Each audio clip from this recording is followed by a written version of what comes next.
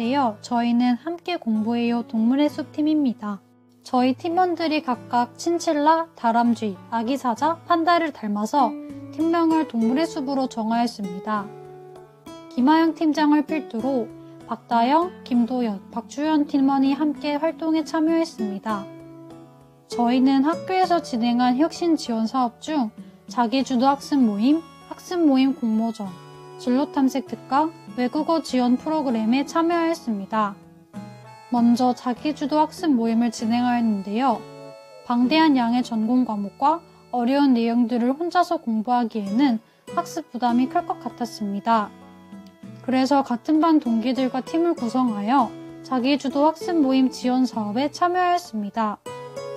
저희는 오프라인 활동과 온라인 활동을 병행하며 진행하였는데요. 먼저 오프라인 학습 모임은 다음과 같이 진행하였습니다. 사전에 팀장이 공부해야 할 범위와 과제를 공지하면 팀원 모두 과제를 풀고 해당 범위의 OX 퀴즈를 만들었습니다. 그 후 대면으로 만나 풀어온 과제를 함께 채점하고 해설하는 시간을 가졌고 팀원들이 만들어온 OX 퀴즈를 함께 풀이하였습니다. 온라인 학습 모임의 경우 네이버 웨이론 스터디를 활용하여 학습 모임을 진행하였는데요. 팀원의 건강상 문제 등으로 시간을 맞지 않을 때나 추가 학습이 필요한 경우 온라인 학습 모임을 진행하였습니다. 또한 시험 기간에는 학교 후 각자 집에서 스터디 윈미를 진행하며 공부 자극도 얻고 질문도 해결할 수 있었습니다. 학습 모임의 구체적인 활동 과정입니다.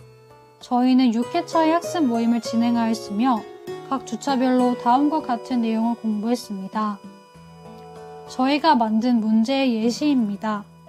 팀원들이 직접 만든 OX 문제의 모음과 회차별 회의록입니다.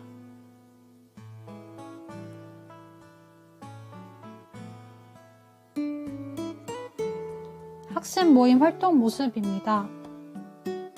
앞선 학습 모임 활동을 바탕으로 저희는 자기주도적 학습법 공모전에도 참여하였습니다. 감사하게도 저희는 최고상인 최우수상을 수상할 수 있었습니다. 자기주도적 학습 프로그램에 열심히 참여하니 이런 결과를 얻을 수 있었던 것 같아 팀원 모두가 성취감을 느낄 수 있었습니다. 앞에서는 학업과 관련된 활동을 진행하였다면 이번에는 진로와 관련된 활동에 참여하였습니다. 학교에서는 간호사의 다양한 진출 분야에 대해 알려주는 특강을 진행하였는데요. 저희는 구슬언니가 알려주는 응급실 간호사 특강에 참여했습니다. 선생님께 응급실 간호사에 대해 듣고 궁금한 점도 질문하며 앞으로 나아갈 진로에 대해 구체화하는 시간을 가졌습니다. 마지막으로 저희는 방학 알차게 보내기 프로젝트를 진행하였습니다.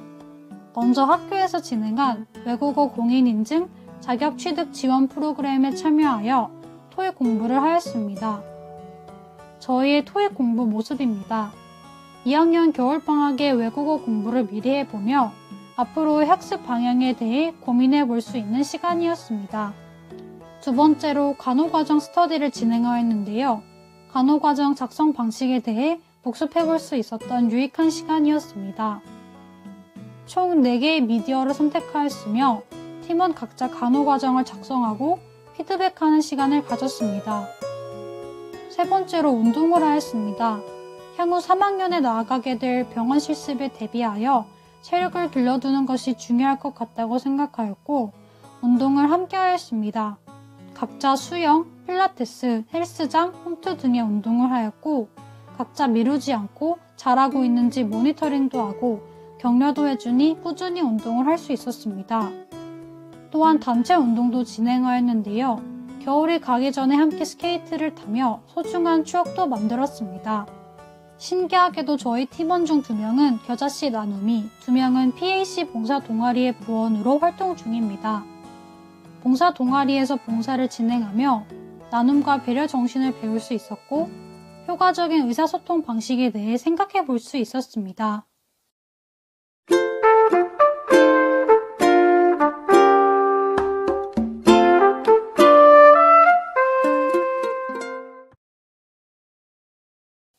다음으로 저희가 참여한 프로그램에 대해 팀원들과 나눈 피드백입니다.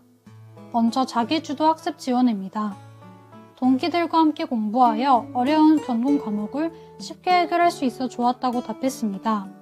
다만 학교에서 학습 모임을 진행할 공간이 부족하고 공강 시간을 활용하다 보니 시간이 부족했던 점이 아쉬웠다고 답했습니다.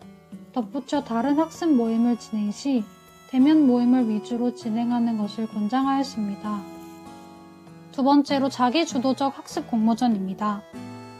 학습 모임을 진행했던 기록을 보며 스스로 얼마나 성장하였는지 확인할 수 있었고 공모전에서 수상하여 성취감을 얻을 수 있었다고 답했습니다.